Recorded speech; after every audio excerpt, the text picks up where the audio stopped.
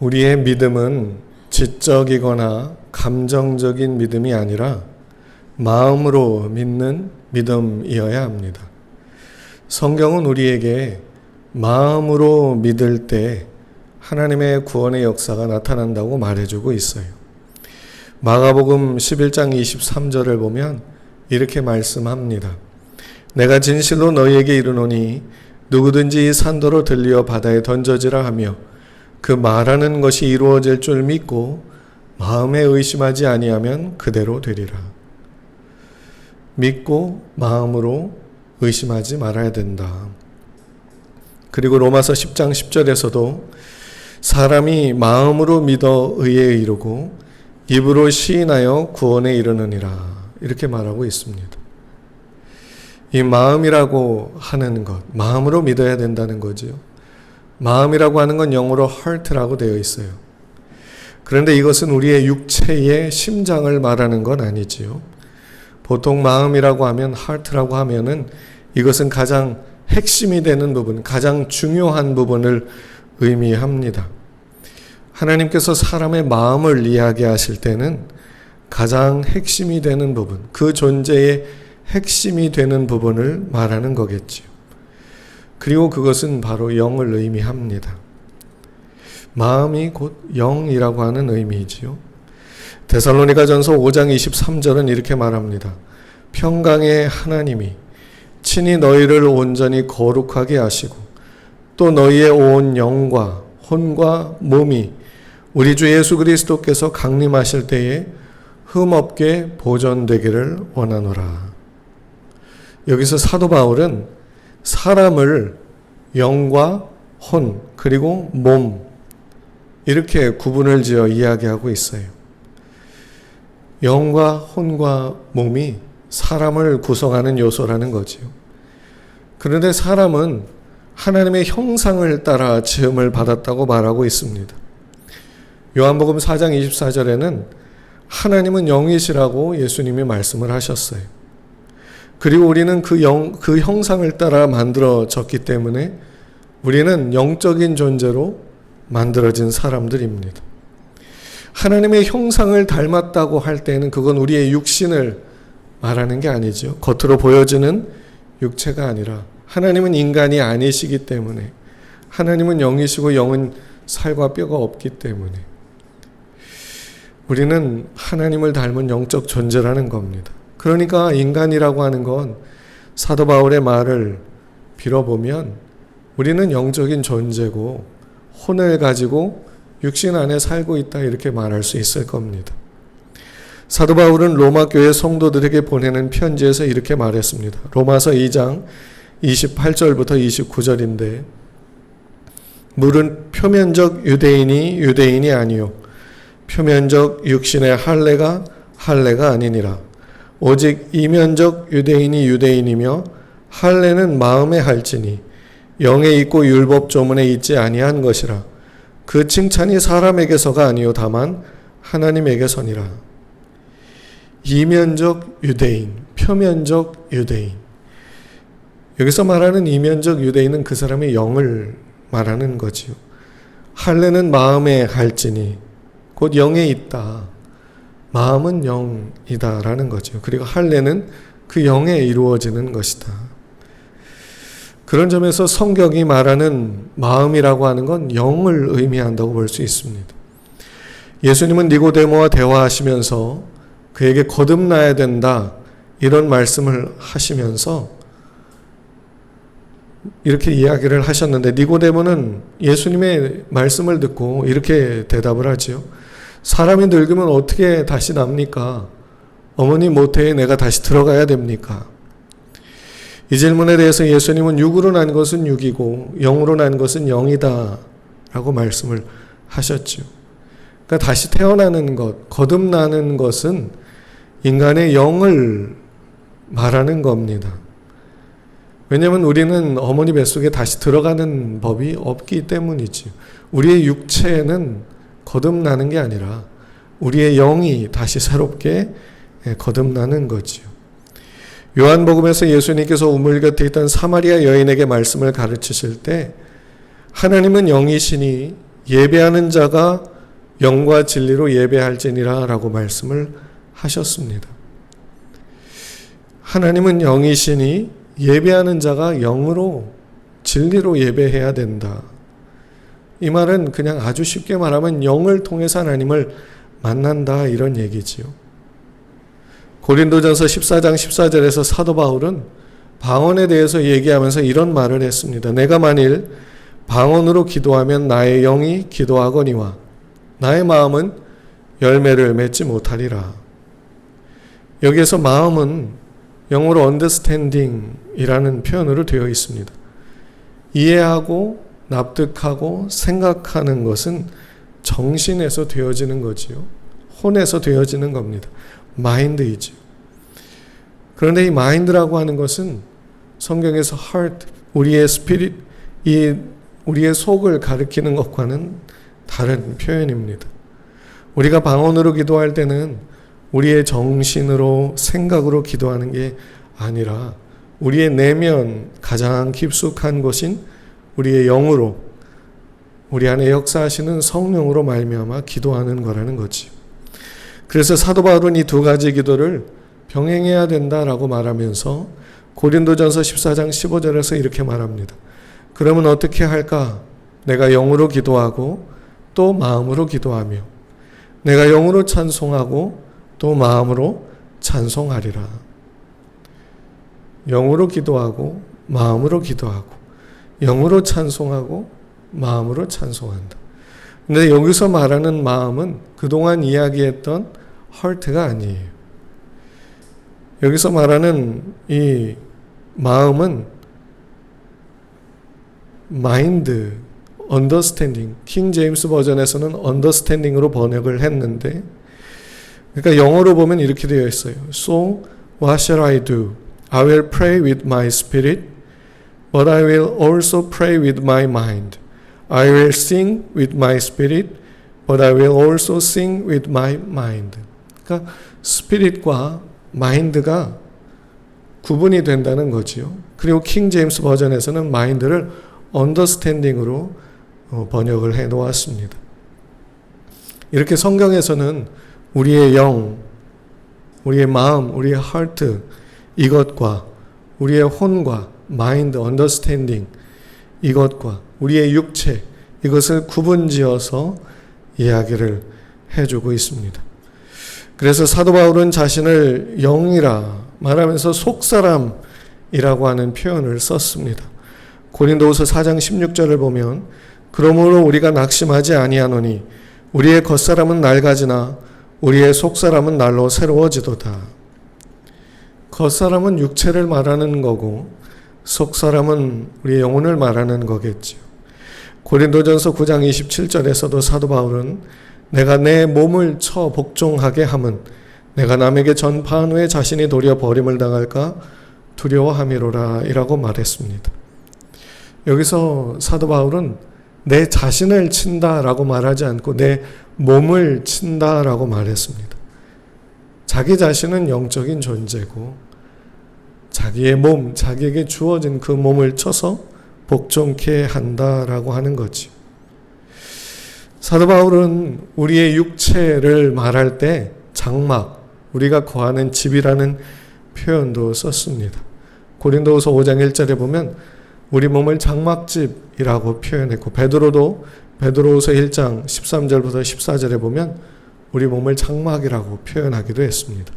이 말이 뭐냐면 언젠가 벗고 내 자신은 천국을 간다는 거죠. 그러니까 내 자신, 나의 본래 존재는 이 육체가 아니라 내 영혼이라는 겁니다. 로마서 12장 1절부터 2절에 보면 그러므로 형제들아 내가 하나님의 모든 자비하심으로 너희를 권하노니 너희 몸을 하나님이 기뻐하시는 거룩한 산 제물로 드리라. 이는 너희가 드릴 영적 예배니라. 너희는 이 세대를 본받지 말고 오직 마음을 새롭게 함으로 변화를 받아 하나님의 선하시고 기뻐하시고 온전하신 뜻이 무엇인지 분별하도록 하라.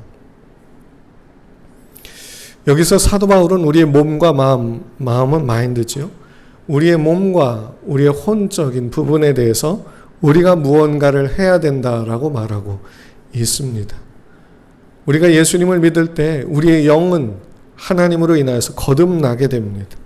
이건 하나님께서 해주시는 일이죠. 그런데 우리의 몸과 우리의 정신, 마음을 위해서는 우리가 무언가를 해야 됩니다. 우리가 몸에 대해서 거룩하게 하나님께 드리려고 애쓰는 것, 이것이 영적인 예배가 된다는 겁니다. 하나님의 말씀을 읽고 묵상하여 그 뜻을 분별하여 하나님을 섬기는 것이, 이것이 하나님께 드리는 영적인 예배가 된다는 거지. 사람은 영적인 존재입니다. 이것이 우리의 본질이지요. 그런데 동물은 그렇지 않아요. 동물에게는 영이 없습니다. 왜냐하면 그들은 하나님의 형상을 따라 지음받은 존재가 아니기 때문이지. 그래도 그들은 혼을 가지고 있습니다. 어느 정도의 지식, 지능이 있고, 그리고 어느 정도의 감정이 있고 느낌이 있습니다. 그리고 몸이 있지요. 그래서 동물은 그렇게 살아갑니다.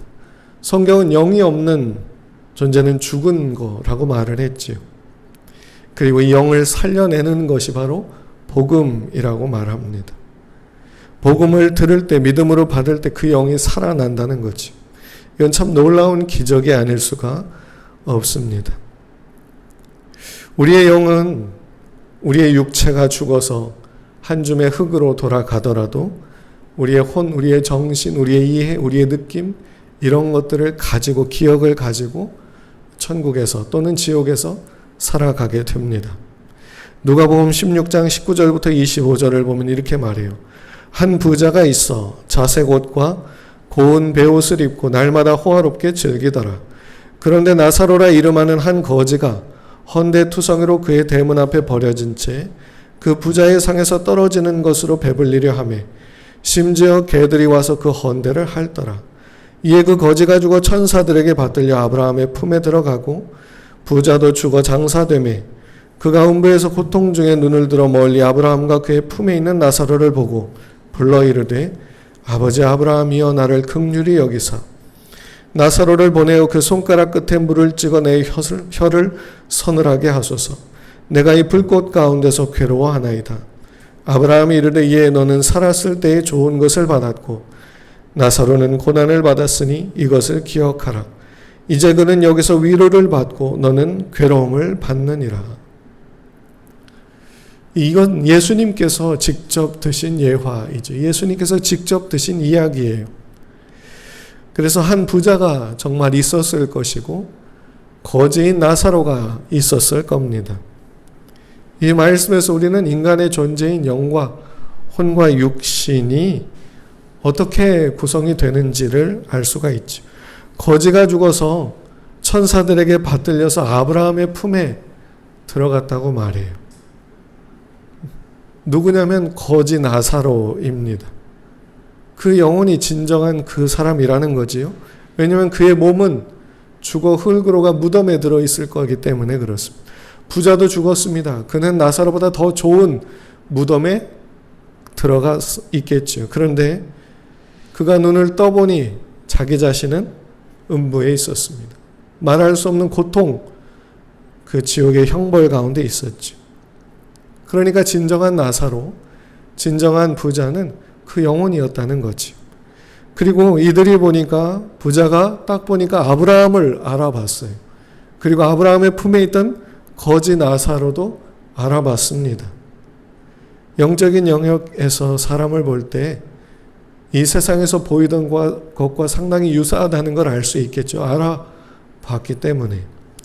부자는 이렇게 말합니다. 나를 긍휼히 여기사 나사로를 보내어 그 손가락 끝에 물을 찍어 내 혀를 서늘하게 하소서. 내가 이 불꽃 가운데 괴로워하나이다. 아브라함이 이르되 이것을 기억하라. 부자는 이 땅에 있었던 일들을 다 기억하고 있었죠. 그 감정을 느끼고 있었고 고통도 그대로 느끼고 있었습니다. 그리고 이 땅에 아직 남아있는 자기 형제 5을 걱정하고 그들에 대해서 근심하며 그들의 살아온 삶이 어떤지를 알기 때문에 그 거지 나사로를 살려보내서 그들을 좀 어떻게 천국에 들어갈 수 있도록 해달라고 부탁까지도 하게 되었지요. 부자와 거지 나사로의 이야기를 통해서 우리는 사람이 죽을 때 육체를 떠나고 육체를 떠나면 육체를 입고 살 때와 거의 다름없이 이렇게 존재한다는 것을 우리가 이해할 수 있습니다. 그런 점에서 우리가 하나님을 안다고 하는 건, 하나님을 믿는다고 하는 건 우리 육체, 우리 혼으로 믿는 것이 아니라 우리의 영을 통해 믿는다고 하는 걸 알 수가 있죠. 우리의 영은 형체가 아주 없는 건 아닙니다. 어떤 기운, 연기, 어떤 느낌 그런 건 아니지요. 예수님께서 부활하셨을 때 누가복음 24장 39절에 보면 제자들에게 이렇게 말씀하셨습니다. 나를 만져보라. 영은 살과 뼈가 없으되.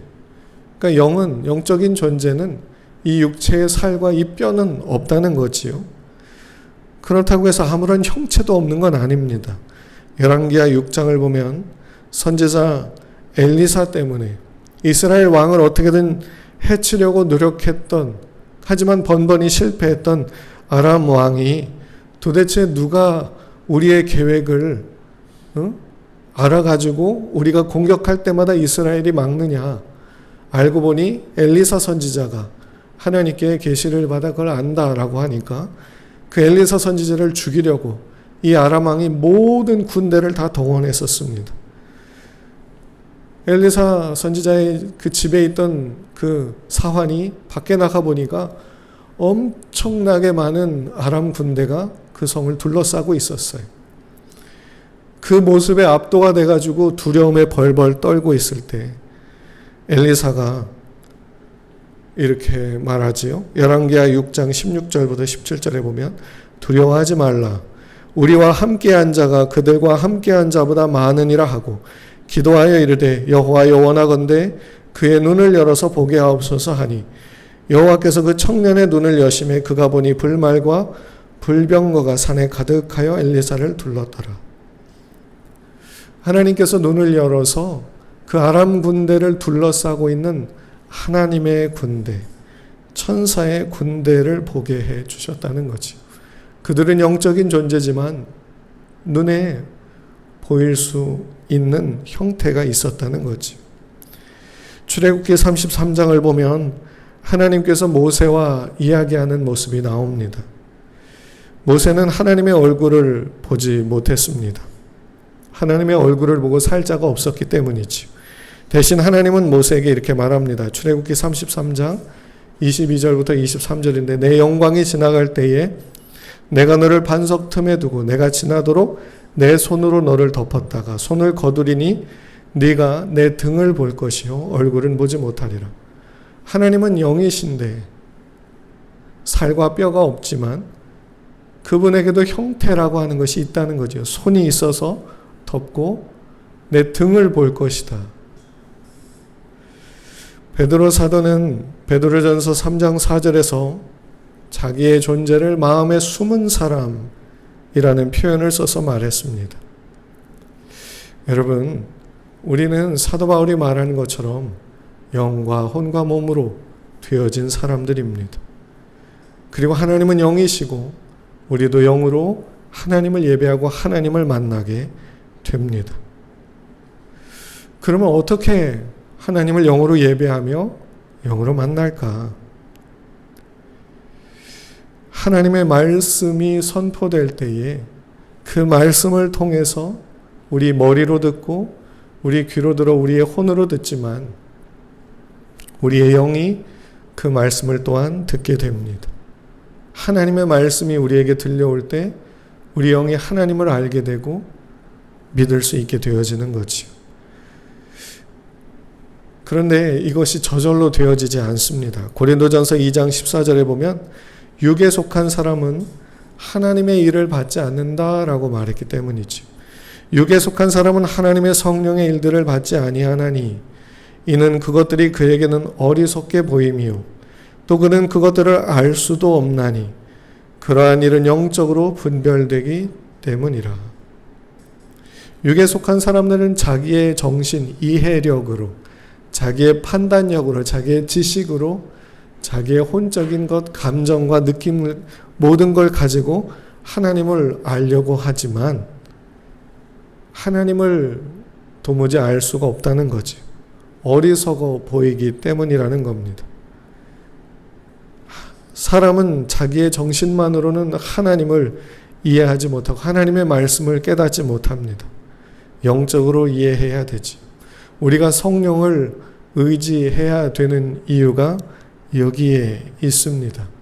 누군가가 복음을 듣고 예수님을 믿게 되었다면 그 사람이 예수님을 믿도록 그를 위해서 기도해 준 사람들이 굉장히 많이 있다는 증거입니다. 성령의 도우심을 구한 사람들이 있기에 성령의 역사로 믿게 된 거지. 존 웨슬리도 그도 평생을 성공의 신자로서 또 사제로서 살아온 사람이지만 그가 예수님을 믿게 될 때 자기의 정신과 이해로는 성경을 보고 말씀을 보고 책을 보고 대화를 나누고 논쟁을 하며 믿음이 있어야 되는구나라는 걸 깨닫게는 되었지만 자기 안에 믿어지는 믿음이 없어 하나님께 기도하지요. 한 달이 넘도록 기도하는 가운데 성령의 역사로 어느 날 저녁에 그것이 갑자기 믿어지고 깨달아지고 납득이 되어지고 자기 안에 뜨겁게 경험이 되어졌습니다. 말씀을 열어서 성령께서 그 안에 믿도록 은혜를 주셨기 때문이지요. 우리도 성경 말씀을 읽지만 그것이 갑자기 깨달아지는 경우들이 있죠. 아무리 읽고 아무리 들어도 모르고 있다가 성령께서 도와주시고 역사해 주셔서 그런 거 아니겠습니까? 예수님은 사람이 떡으로만 살 것이 아니요 하나님의 입으로부터 나오는 모든 말씀으로 살 것이다 라고 말씀을 하셨습니다. 우리가 하나님의 말씀을 읽고 묵상하고 기도할 때 성령님 우리를 도와주시고 깨닫게 해 주옵소서라고 기도할 때 우리 안에 그 말씀이 생명으로 능력으로 역사하게 되는 줄로 믿습니다. 마음으로 믿는 것, 우리 영으로 믿는 것은 육체와 물리적 감각과 이런 감정들의 귀를 기울이는 것이 아니라 우리 무엇을 보든지 무엇을 듣든지 무엇을 느끼든지 우리의 마음으로 하나님의 말씀만을 믿는 것을 의미합니다. 따라서 우리는 말씀을 들을 때마다 읽을 때마다 성령님의 도우심을 구해야만 합니다. 성령님 이곳에 와주십시오. 성령님 내 안에서 역사해 주십시오. 성령님 말씀을 듣는 모든 이들 가운데 역사해 주십시오. 은혜를 주십시오. 그 마음을 열어 주십시오. 그에게 감동해 주십시오. 믿어지게 해 주십시오. 고린도후서 4장 4절은 이렇게 말합니다.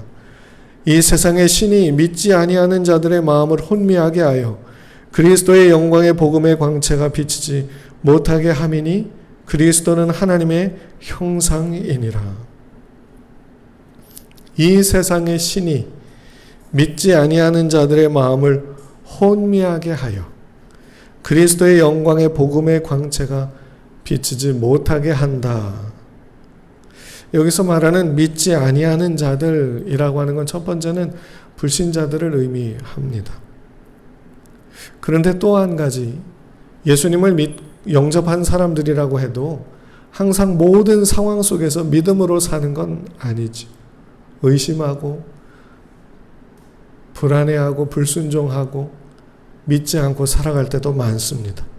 그럴 때마다 이 세상의 신이 악한 영들이 끊임없이 그 마음을 미혹하여 믿음을 갖지 못하도록 수작을 부린다는 거지. 어떻게든 미혹해서 하나님을 믿지 못하는 마음을 갖도록 애를 쓴다는 겁니다. 그렇기 때문에 우리는 하나님의 성령께 간절히 구하여 하나님의 말씀이 내게 그 뜻대로 들려지고 이해되고 믿어지고 깨달아지도록 간구해야 될 필요가 있는 겁니다. 그러지 않으면 길가 위에 떨어진 씨앗처럼 돌밭 위에 떨어진 씨앗처럼 가시덤불에 떨어진 씨앗처럼 열매를 맺지 못한 채 하나님의 말씀은 우리에게서 들려왔다가 사라지고 말게 되지. 우리는 늘 성령님을 환영하며 그 도우심을 구해야 될 줄로 믿습니다. 우리 자신의 각오와 결단만으로는 너무 힘듭니다.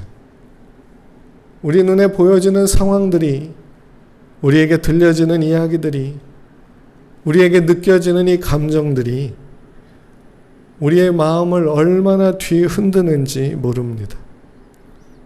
마음을 지키기를 애쓰고 믿음의 고백을 하며 힘을 들여도 우리 힘만으로는 이 믿음을 지킨다는 것이 굉장히 어렵고 벅찬 것이 사실입니다. 성령께서 우리를 도와주셔야 하고 우리 마음을 감동하셔야 하고 우리에게 새 힘을 주셔야만 우리가 온전한 믿음으로 서서 하나님을 찬양할 수 있지. 오늘 본문을 보십시오. 성령님께서 우리를 모든 진리 가운데로 인도해 주신다고 말하고 있습니다. 믿도록 도와주시는 분이, 깨닫도록 도와주시는, 가르쳐 주시는 분이 성령님이라는 겁니다. 그분이 우리를 인도해 주신다는 거죠. 그러면 우리가 무엇을 해야 되겠습니까? 그 인도를 받아야 되겠지요. 성령님의 인도를 받을 때 비로소 우리가 믿음 안에 서게 되고 하나님의 영광을 보게 되는 것입니다. 마음으로 온전히 믿는다고 하는 것, 주님을 끝까지 성령의 인도를 따라가는 거지. 성령의 인도를 따라간다고 하는 것은 믿음을 갖기를 힘쓰는 겁니다. 다시 말하면 우리의 혼과 우리의 몸으로 우리를 넘어뜨리려고 하는 악한 영들에 대해서 대적하여 이기는 거지요. 악한 영들은 우리의 영을 손대지도 못합니다. 거듭난 하나님의 자녀된 우리의 영을 손도 대지 못해요. 건드리지도 못해요. 그래서 그들이 하는 게 뭐냐면 우리의 육체와 우리의 마음, 우리의 생각과 정신과 감정을 쳐서 어떻게든 믿음을 못 갖게 만들려고, 하나님을 멀리 외면하고 떨어지고 떠나고 뒤돌아서게 만들려고 애를 쓰게 됩니다. 수많은 감정들로 우울함, 슬픔, 분노, 억울함, 답답함, 짜증, 이러한 것들로 우리의 마음을 믿음에서 떠나게 만들려 하고 우리의 몸을 쳐서 아프고 피곤하고 고통스럽고 통증이 있고 이걸 통해서 하나님을 온전히 믿지 못하게 하고 그리고 우리의 생각, 의심, 의혹 그리고 내가 좋아하는 세상적인 욕망과 그런 것들로 우리의 믿음을 끊임없이 회방 놓으려고 하게 되죠. 그런데 감사한 것은 우리가 아무리 이런 일을 당할지라도 다시 믿음으로 일어나면 된다는 겁니다. 예수님이 계시기 때문에, 예수님의 십자가 보혈이 있기 때문에 다시 일어나서 우리의 죄를 자백하고 다시 서서 믿으면 된다는 거죠. 우리는 끊임없이 믿음 위에 서 있게 되는 겁니다. 우리 마음속에 좌절이 들어오고 의심이 들어오고 의혹이 들어오고 넘어지고 쓰러졌다고 해서 우리가 당장 하나님께로부터 끊어지고 멀어지는 게 아니라는 거지. 다시 회개하고 다시 믿음을 가지면 우리는 끊임없이 믿음 위에 서 있게 됩니다. 왜냐하면 마음으로 온전히 믿는다고 하는 것은 전혀 의심도 없이 살아가는 것만을 의미하는 건 아니기 때문이지요. 어떤 일을 겪게 되고 어떤 어려움을 겪게 되든 다시 믿음으로 서서 성령의 도우심을 구하며 앞을 바라보고 삶을 살아내면 됩니다. 빌립보서 4장 6절부터 7절은 이렇게 말합니다. 아무것도 염려하지 말고 다만 모든 일에 기도와 간구로 너희 구할 것을 감사함으로 하나님께 아뢰라. 그리하면 모든 지각에 뛰어난 하나님의 평강이 그리스도 예수 안에서 너희 마음과 생각을 지키시리라. 아멘. 우리가 할 일은 염려를 내려놓으려 하는 거고 감사함으로 하나님께 아뢰는 겁니다. 그러면 하나님께서 우리의 마음을 평강으로 지켜주신다는 거지. 우리의 몸과 우리의 혼에 대해서 이것에 휘둘려 가지 말고 이것에 이리저리 끌려다니지 말고 하나님께 감사함으로 아뢰고 성령의 도우심을 구하여 굳게 서 있으면 주님께서 우리 마음에 평강을 주시고 우리 마음의 의심들로부터 우리를 잠재워 우리를 온전히 믿음을 갖도록 도와주시고 우리의 몸도 주님께서 건강으로 붙잡아 주셔서 온전히 하나님만 바라볼 수 있도록 도와주신다는 겁니다. 여러분, 우리를 넘어뜨리려고 하는 악한 영들은 상황 논리를 가지고 우리의 혼을 무너뜨리려고 합니다. 두려움과 공포와 염려와 조급함으로 우리를 넘어뜨리려 합니다. 근데 이것에 대해서 우리가 성경 지식이 조금 있고 어느 정도 마음 단단한 게 있으면 그 사람이 제일 약한 것을 가지고 그를 넘어뜨리려 하기 시작합니다. 그가 제일 두려워하는 것, 그가 제일 취약한 부분들이 사람마다 있기 때문이지. 다른 어떤 걸로도 안 되면 그걸 가지고 그를 넘어뜨리려 하죠. 가장 현실적이고 가장 그의 민낯이 드러날 수밖에 없는 그걸 가지고 건드리는 겁니다. 그럴지라도 우리는 이길 수 있습니다. 왜냐하면 우리가 거기서 싸워서 이겨내야 되는 게 아니라 우리 안에서 모든 그 악한 영들을 이기신 주님이 우리 안에 함께해 주시기 때문이지. 그분이 우리와 함께해 주시기 때문에 우리는 이긴 자로서 서서 살아가면 되는 겁니다. 요한일서 4장 4절을 보면 자녀들아 너희는 하나님께 속하였고 또 그들을 이기었나니 이는 너희 안에 계신 이가 세상에 있는 자보다 크심이라. 우리 안에 크신 예수님이 계십니다. 그분이 이미 이기셨기에 승리는 우리의 것이지.